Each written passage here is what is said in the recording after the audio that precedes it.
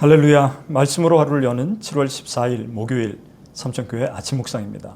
오늘 말씀은 사무엘하 24장 24절에서 25절 말씀입니다.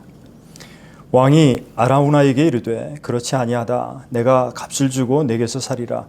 값 없이는 내 하나님 여호와께 번제를 드리지 아니하리라 하고 다윗이 은 50세겔로 타작 마당과 소를 사고 그곳에서 여호와를 위하여 제단을 쌓고 번제와 화목제를 드렸더니 이에 여호와께서 그 땅을 위한 기도를 들으시매 이스라엘에게 내리는 재앙이 그쳤더라.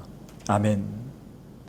사무엘하 가장 마지막에 있는 말씀입니다. 다윗은 하나님께 제단을 쌓기 위해서 여부스 사람 아라우나에게 타작 마당을 은 50세겔의 값을 치르고 구입합니다. 역사상 하나님이 세우신 왕 중에 가장 훌륭한 왕으로 기억될 만한 다윗도 그의 생애에 하나님께 범한 죄가 있었습니다. 우리가 기억하는 것으로는 부하 장수 우리아의 아내 밧세바를 빼앗기 위해서 그를 전장으로 몰아 죽게 만든 사건이 있습니다.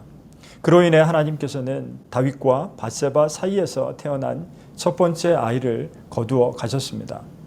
우리아와 그 아들의 죽음이 다윗의 죄악으로 인해 촉발된 것이라면 오늘 다윗이 저지른 이 일로 인해서 죽은 사람들은 무려 7만 명이나 되는 일이니 더욱 큰 죄악일지도 모르겠습니다.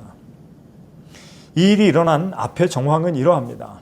바로 다윗의 생애 말년에 실시한 이스라엘과 유다의 인구조사입니다.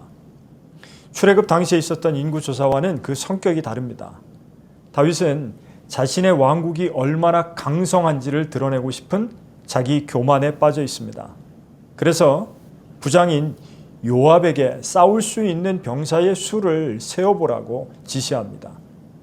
이것은 이제까지 하나님께서 완벽하게 도우셨음을 부정하고 다윗 스스로가 그의 군대를 통해서 태평성대를 이루었다고 여기는 불신앙이 되고 말았습니다.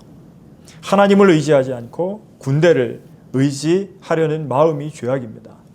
특히 그 요압이라는 인물은 늘 정치적인 야망이 많은 부하였습니다. 그런데 오히려 이 요압이 다윗이 인구조사를 하려고 하자 만류하는 모습을 보입니다. 이것은 다윗의 어리석음을 강조하고 있습니다. 어쨌든 요압을 통해서 9개월 20일 동안 조사한 인구의 숫자는 이스라엘의 장정이 80만, 유다에는 50만이었습니다. 엄청난 인원입니다. 그런데 다윗이 이 일 때문에 하나님께서 진노하셨다는 사실을 알았습니다. 그러나 이미 때는 늦었습니다. 하나님은 선견자인 갓을 통해서 7년에 걸친 흉년 혹은 석 달 동안 적대자들에게 쫓겨다니는 일 혹은 사흘 동안 전염병이 이스라엘 전 지역에 창궐하는 것 중에 하나를 선택하라고 하셨습니다. 다윗은 그 중에 사흘 동안의 전염병을 택했고 그날로 7만 명이 죽음을 당합니다. 약속한 사흘이 되지도 않았는데 말이죠. 용사의 숫자를 자랑하던 다윗은 그로 인해 하루아침에 7만 명을 잃게 되었습니다. 하나님은 숫자를 의지하지 말라는 말씀을 하고 계시는 겁니다. 그러나 하나님은 진멸하는 천사의 손을 바로 거두게 하셨습니다. 그때 여호와의 사자가 있던 곳이 아라우나의 타작 마당이었습니다. 갓 선지자는 다윗에게 그 자리에다가 여호와께 제단을 쌓으라는 조언을 합니다. 그래서 다윗은 오늘 말씀처럼 아라우나의 타작 마당을 사고 그곳에서 번제와 화목제를 하나님께 드리게 되는 것입니다. 땅 주인인 아라우나는 다윗 왕에게 모든 것을 마음껏 사용하라고 말합니다.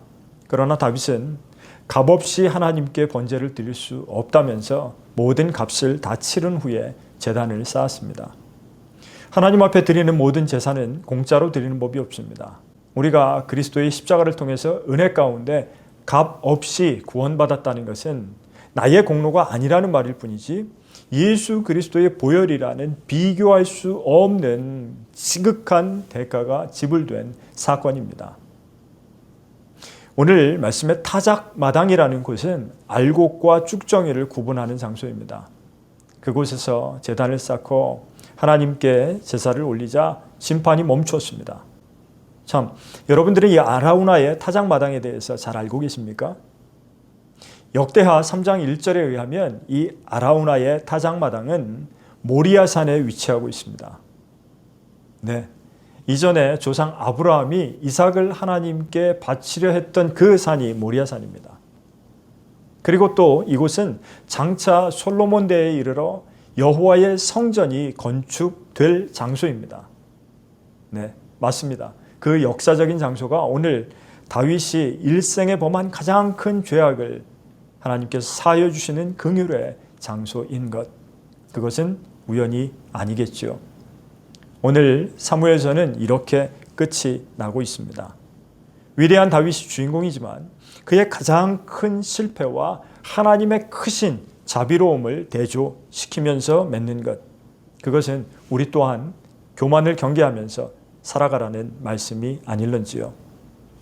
여러분들도 하나님 앞에 늘 긍휼을 구하면서 우리의 상한 심령을 드리며 항상 겸손하게 살아가시는 삶이 되시기를 주님의 이름으로 간절히 축원합니다. 기도하겠습니다. 자비하신 아버지 하나님, 나의 교만이 가장 큰 죄악임을 고백합니다. 크신 긍휼로 용서하여 주심도 감사합니다. 타작마당에 놓인 알곡처럼 늘 주님 앞에 견실한 성도들이 되게 하여 주옵소서. 우리 주 예수 그리스도의 이름으로 간절히 기도드리옵나이다. 아멘.